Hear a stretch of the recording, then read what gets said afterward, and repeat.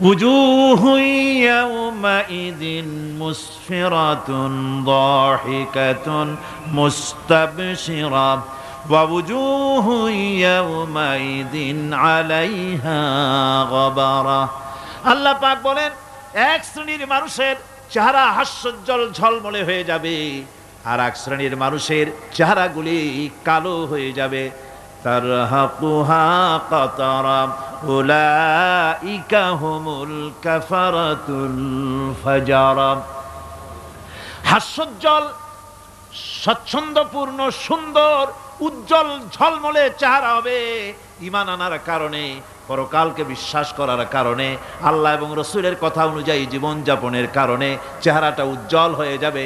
আর আল্লাহর নাফরমানি, রসুলের নাফরমানি, পরকালকে অস্বীকার করার কারণে কাফেরগুলির চেহারা, মুনাফিকগুলির চেহারা কালো হয়ে যাবে। তাদেরকে আলাদা করে দেওয়া হবে। আমতাজুল ইয়াওমা আইয়ুহাল মুজরিমুন, মুজরিমদেরকে আলাদা করে দেওয়া হবে, দুইটা ভাগ হয়ে যাবে। এই চরম অবস্থা সৃষ্টি হবে কিয়ামতের ময়দানে। সেদিন রাসূল করিম সাল্লাল্লাহু আলাইহি ওয়াসাল্লাম উম্মতের জন্য সুপারিশ করবেন।